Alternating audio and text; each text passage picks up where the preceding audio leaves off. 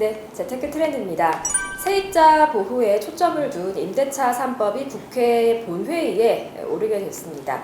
전월세 신고제, 전월세 상한제, 계약갱신 청구권을 통해서 세입자가 2년을 살아도 향후 2년은 더 살 수 있게끔 보장이 되고요. 이때 올리는 전세 가격도 기존 계약의 5%를 넘을 수 없도록 한 것입니다.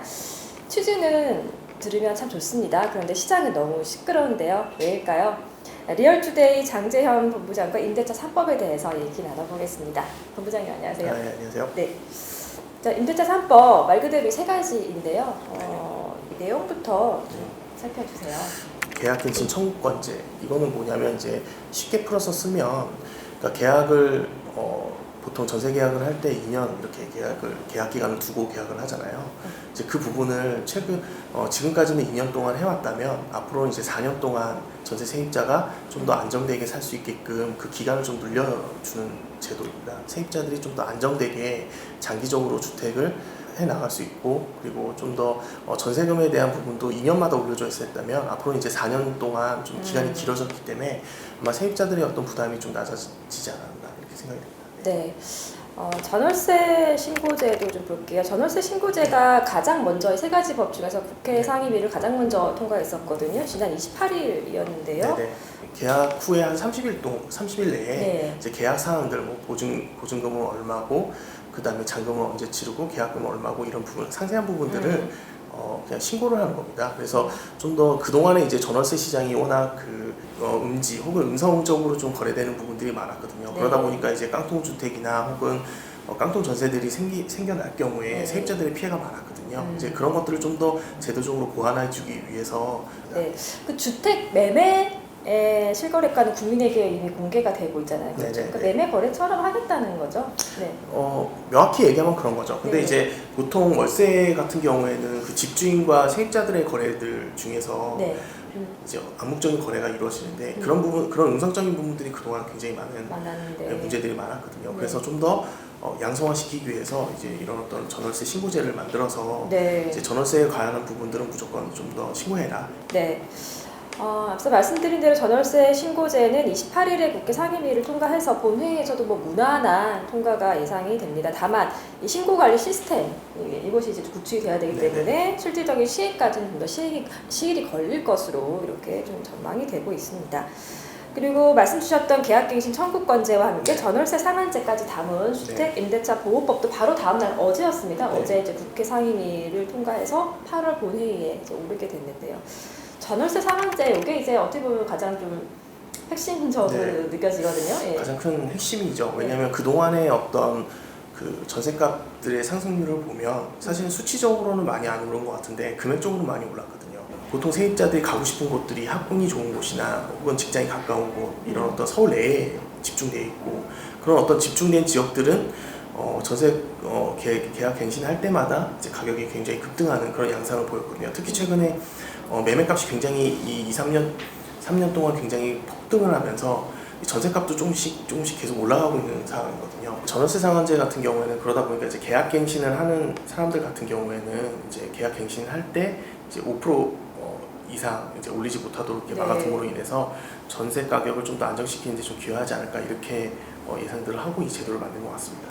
자, 그러면 이제 임대료 상승폭을 2년 다시 갱신할 적에 5%를 넘지 못하도록 이렇게 네네. 했고, 그런데 다만 구체적인 그 비율은 지자체 조례를 통해서 정할 수 있기 때문에 5%보다 낮은 지역이 또 있을 수도 있는 거죠. 그렇죠. 보통 그 서울 전체적인 그동안에 지금 2017년, 2018년 같은 경우에는 서울 전세값이 2% 정도밖에 상승을 안 했거든요. 그러니까 전체적으로 봤을 때는 5% 이내로 상승한 건데, 네. 이 전세라는 것들은 결국 수요가 많이 몰리면 가격이 많이 폭등하는 곳인데, 그러다 보니까 그 지역마다 오르는 폭이 다르기 때문에 사실은 뭐 서울 외곽 지역을 5% 전세금을 5% 이내로 할 거다 이렇게 얘기한다면 크게 느끼지는 않겠지만, 뭐 지금 강남권이나 혹은 뭐 목동이나 혹은 여의도나 이런 지역들 같은 경우에는 워낙 금액 단위가 많이 올라가기 때문에 이 5% 상한선을 두게 되면 기존의 어떤 평균의 금액보다 좀 낮아질 수 있다는 점은 시장에서는 조금 우려스럽게 보는 것 중에 하나일 것 같습니다. 자, 이렇게 보면 결국에는 세입자들이 너무 전세가가 폭등하는 거를 염려하지 않아도 되고 또 2년 뒤에 나가라고 하면 나가야 되나라는 것을 걱정하지 않아도 되고 취지가 참 좋잖아요. 이건 필요한 법이라고 생각합니다. 네. 근데 왜 이렇게 부정적인 목소리부터 많이 나오는 건지 네. 세입자 입장에서 긍정적 기대가 크다고 봐야 되는 거 아닌가요? 우선은 필요한 법이라고 생각이 됩니다. 왜냐하면 워낙 지금 전세 시장들이 불안한 상황들이고 그다음에 앞으로 매매 시장이 크게 정부의 어떤 규제로 인해서 크게 상승을 못할 경우에 과거 사례를 봤을 때 전월세 가격이 굉장히 많이 오르는 어떤 그런 특성들이 있었거든요. 예. 아무래도 이제 집주인들이 매매값으로 보상받지 못하는 부분들을 전월세 가격에 투여하기 때문에 그런데요. 이제 그런 부분들을 막기 위해서 임대차 3법을 좀 마련한 것 같고 네. 영세 세입자들 같은 경우에는 이런 법들이 좀 필요하다고 생각되는데 다만 문제는 이제 그 계약 기간이 끝난 후에 혹은 이제 전세에서 반전세로 옮겼을 때 어떤 그런 문제들이 생겨날 수 있거든요. 네. 그러니까 물론 이제 계약 기간이 끝난 후 그 4년의 어떤 전세금의 상승률을 어떻게 시장에서 반영할 것인가, 특히 뭐 학군이 좋은 지역이라든지 아니면 직장이 가까운 어떤 서울의 어떤 주요 지역이라든지 이런 지역들 같은 경우에는 아마 그 4년의 기간 동안의 어떤 전세금들을 한 번에 보상받으려고 하는 부분들이 있거든요. 네.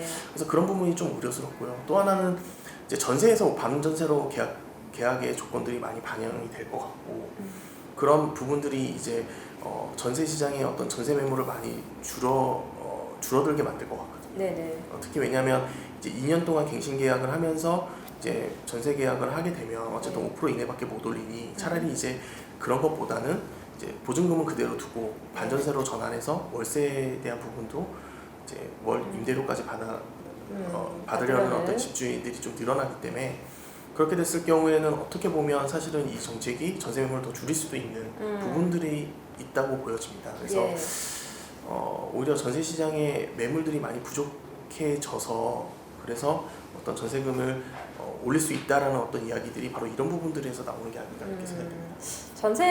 기존의 전세 매물을 이미 지금 계약이 되어 있는 세입자가 4년이라는 시간을 보전받은 뒤에 다시 새로운 계약자가 들어왔을 때는 세의 그 방식을 전세가 아닌 반전세나 월세로 돌리려는 네네. 그런 집주인들이 많이 늘어날 수 있다. 이제 이런 시각이신 거죠. 네네.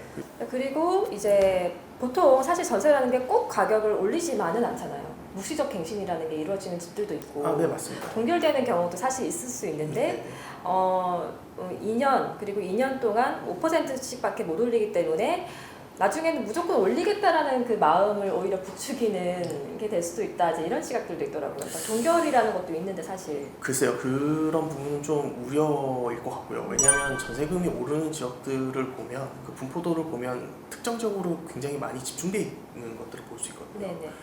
그렇기 때문에 사실은 이게 4년이란 계약 기간 동안이라도 전세금이 안 오른 지역들은 계속해서 그냥 보합세로 갈 수 있는 부분들이 있습니다. 왜냐하면 네. 수요들이 많이 없기 때문에 아무래도 서울 외곽 지역보다는 서울의 중심이라든지 서울의 수요가 많은 어떤 전세 지역들에 대한 부분들을 좀 더 안정시키기 위해서 마련하지 않았을까 이렇게 네. 보여집니다.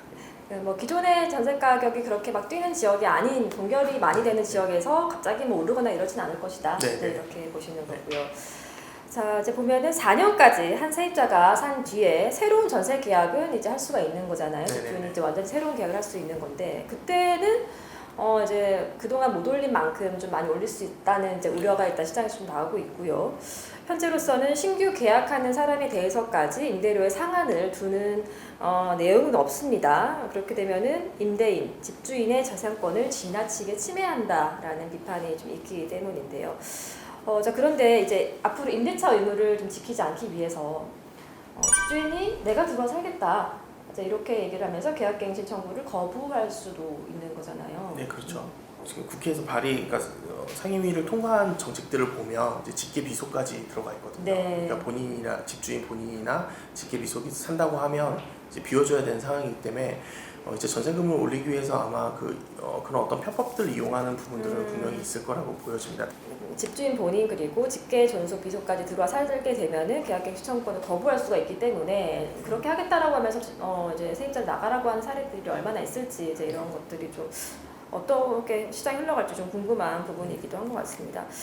자, 이렇게 되면 현재로서는 이제 새롭게 지금 시점에서 새롭게 이제 전세를 찾고 있는 그 수요자들이 가장 좀 불편한 이슈가 아닌가 싶어요. 이미 그렇죠. 계약을 하고 있는 상황 같은 경우는 소급 적용을 받을 수 있지만 지금 계약을 이제 해야 되는데 전세가 지금 많이 올라 있는 상황이잖아요. 그게 가장 큰 문제입니다. 그러니까 결국에는 임대차 3법 전에 이제 계약 기간이 돌아오는 사람들 같은 경우에는 그렇죠. 이제 가격이 굉장히 급등할 가능성이 높거든요. 그리고 그 분위기에 편승해서 그동안 오르지 않았던 지역들까지도 전세금을 올릴 가능성이 많이 있기 때문에 이제 그런 부분들이 앞으로 세입자들이 어떻게 이제 지금 계약하는 그 단기적인 그 부분만 좀 어떤 해결책들이 좀 있어야 될 것 같은데요. 그러게요. 네. 그런 해결책들이 아마 지금 당장 내놓기가 쉽지 않을 겁니다. 그래서 네. 앞으로 계약건들도 이렇게 하겠다라고 뭔가 소급 적용 외에 또 뭐 그 단기간 오르는 것들은 좀 피할 수 없는 과제가 아닌가 이렇게 예. 생각합니다. 네.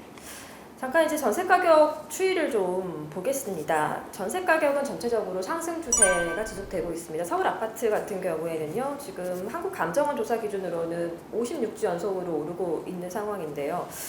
최근에 이 임대차 3법도 전세 가격을 좀 상승을 부추기는 요인 중에 하나로 지목이 되고 있지만 이 외에 또 여러 가지 다른 요인들이 있었을까요? 가장 중요한 건 이제 공급인 것 같습니다. 공급 부족. 그러니까 정부나 뭐 이제 공급에 관련된 부처들 쪽에서는 이제 공급량은 충분하다고 얘기는 하고 있지만 실제 가장 문제가 뭐냐면 결국엔 신도시 공급들이 많았거든요. 네. 근데 이 신도시 공급들은 사실은 출퇴근이 굉장히 어렵습니다. 이제 그런 부분들이 이제 해결하기 위해서 지금 GTX 노선이나 뭐 교통 인프라를 개발하고 있고 뭐 여러 가지 방안들이 있지만 그럼에도 불구하고 계속 서울이나 서울에 인접한 도시들의 인기를 끌고 있는 건 결국 이런 어떤 거리 그리고 그 주변에 있는 인프라, 학군 뭐 이런 여러 가지 요인들이 있거든요. 그래서 이런 부분들을 해결하지 않으면 사실은 이 어떤 전세값이 앞으로 오르는 특정 지역이 오르는 부분들을 해결할 수 없다고 보여지기 때문에 사실은 이 도심 내 공급들이 좀 많이 일어나야 되지 않을까 이렇게 생각이 됩니다. 네, 정부에서도 뭐 최근 다시 뭐 공급 증가에 대한 계획도 내놓긴 했는데 그죠? 네네. 실질적으로 공급이 많이 늘어남으로써 집값 안정, 전세 가격 안정에도 좀 기여가 될 수 있는 방향으로 가야 될 것 같다. 이런 시각이신 거고요. 자, 소급 적용 얘기가 나왔었는데 이게 좀 말이 많아요. 지금 현재 이미 계약을 하고 있는 세입자들에게도 적용이 되는 거잖아요. 네네, 그러니까 맞습니다. 어떻게 보면 법이 시행되기 전에 계약을 한 사람들인 건데 네네. 이제 보호를 해주겠다 이제 네. 이런 취지거든요. 그런데 한편에서는 국민의 재산권 침해다, 법의 형평성, 안정성 측면에서 문제가 많다 이제 이런 지적도 있습니다. 어떻게 봐야 될까요? 일단은 소급 적용을 하지 않으면 네. 지금 앞으로 계약하는 사람들의 전세값이 어떻게 오를지 장담을 할 수가 없거든요. 그래서 사실 임대차 3법이 성공하기 위해서는 이 소급 적용이 필요한 부분이라고는 보여집니다. 정부 입장에서는. 네. 근데 다만 지금 집주인 입장에서는 지금 주변 시세가 굉장히 많이 올랐는데도 그렇죠. 불구하고 올리지 못하는 어떤 문제점들이 있거든요.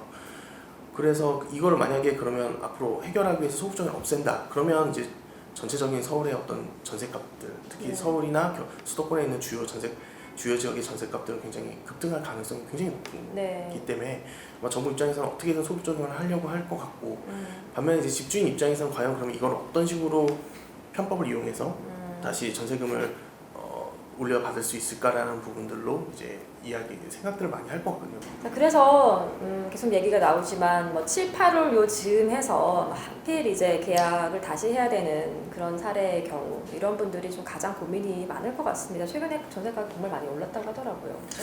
굉장히 지금 그러니까 1월부터 7월까지의 전세값들을 보면 예. 이제 2017년, 18년 올랐던 그 연간 상승률보다 더 높은 상황이거든요. 그래서 그런 부분들로만 봤을 때는 지금 단기간 굉장히 급등하고 있는 건 맞는 것 같고요. 맞아요. 네. 결국에 저희가 이제 본부장님께서 네네. 서두에 이제 꼭 필요했던 법이라고 본다 네네. 이렇게 말씀 주셨는데 이제 긍정적인 취지가 많은 법입니다. 임대차 3법 입법 과정에서 결국에는 이런 혼선들, 그 형평성의 문제들을 줄일 수 있는 그런 장치들이 좀 네네. 잘 마련돼야 될 것 같아요. 어떤 것들이 있을까요?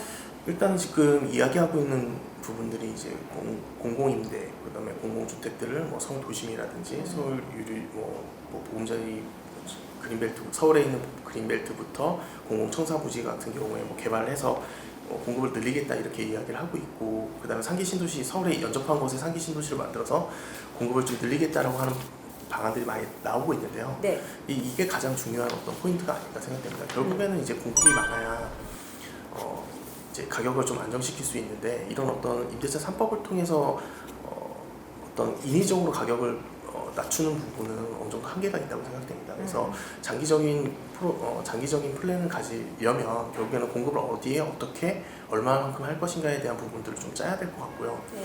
그 최근에 얘기가 나오고 있는 게 이제 재건축 재개발의 용적률을 풀어서 그 임대 공급을 늘리겠다 이런 이야기들이 나오고 있는데 이거의 하나의 문제는 결국 서울 집값을 다시 올리는 문제들이 발생할 수 있거든요. 네. 그래서 이런 방법보다는 오히려 상기 신도시처럼 서울을 연접한 곳에 개발 가능한 곳의 공급량들, 특히 공공임대나 장기전세 주택들의 어떤 공급량을 늘리는 게 오히려 좀 더 현실적으로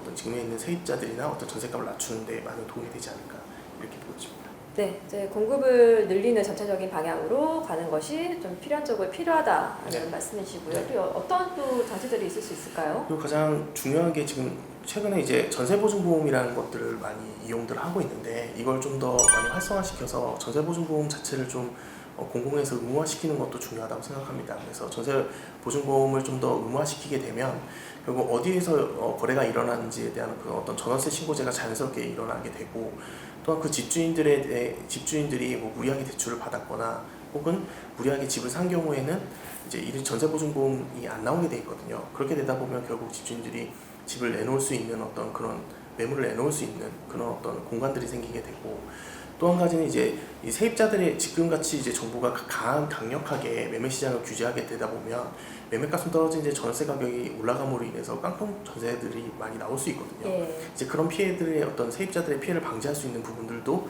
함께 있기 때문에 사실 공급정책과 함께 이런 전세보증보험에 대한 부분들을 좀 더 의무화시킨다면 오히려 이런 전세 시장을 좀 안정시키는 데 좀 도움이 되지 않을까 이렇게 생각이 듭니다. 네, 알겠습니다. 자, 뭐 요즘 경제 뉴스 중에서는 부동산이 단연 화두예요. 네네. 네, 임대차 3법도 국민적 관심이 상당히 많이 집중된 그 부동산 이슈 중에 하나인데요. 오는 8월 4일 본회의를 통과하지 못하면 9월 정기국회까지 넘어가야 되기 때문에 이날 8월 4일에 최종 통과될 가능성이 상당히 높습니다. 그 사이 한 달도 안 남았네요. 며칠 네네. 남았죠? 며칠밖에 안 네, 남았군요. 며칠밖에 안 일주일 사이 계속해서 혼선은 좀 가중될 것으로 보입니다. 말씀하신 이 긍정적인 다양한 장치들도 좀 함께 검토를 해서 긍정적인 법안의 취지를 좀 살릴 수 있으면 좋겠다는 생각을 해봅니다. 자, 오늘 리얼투데이의 장재현 본부장과 함께 임대차 3법에 대해서 살펴봤습니다. 말씀 잘 들었습니다. 고맙습니다.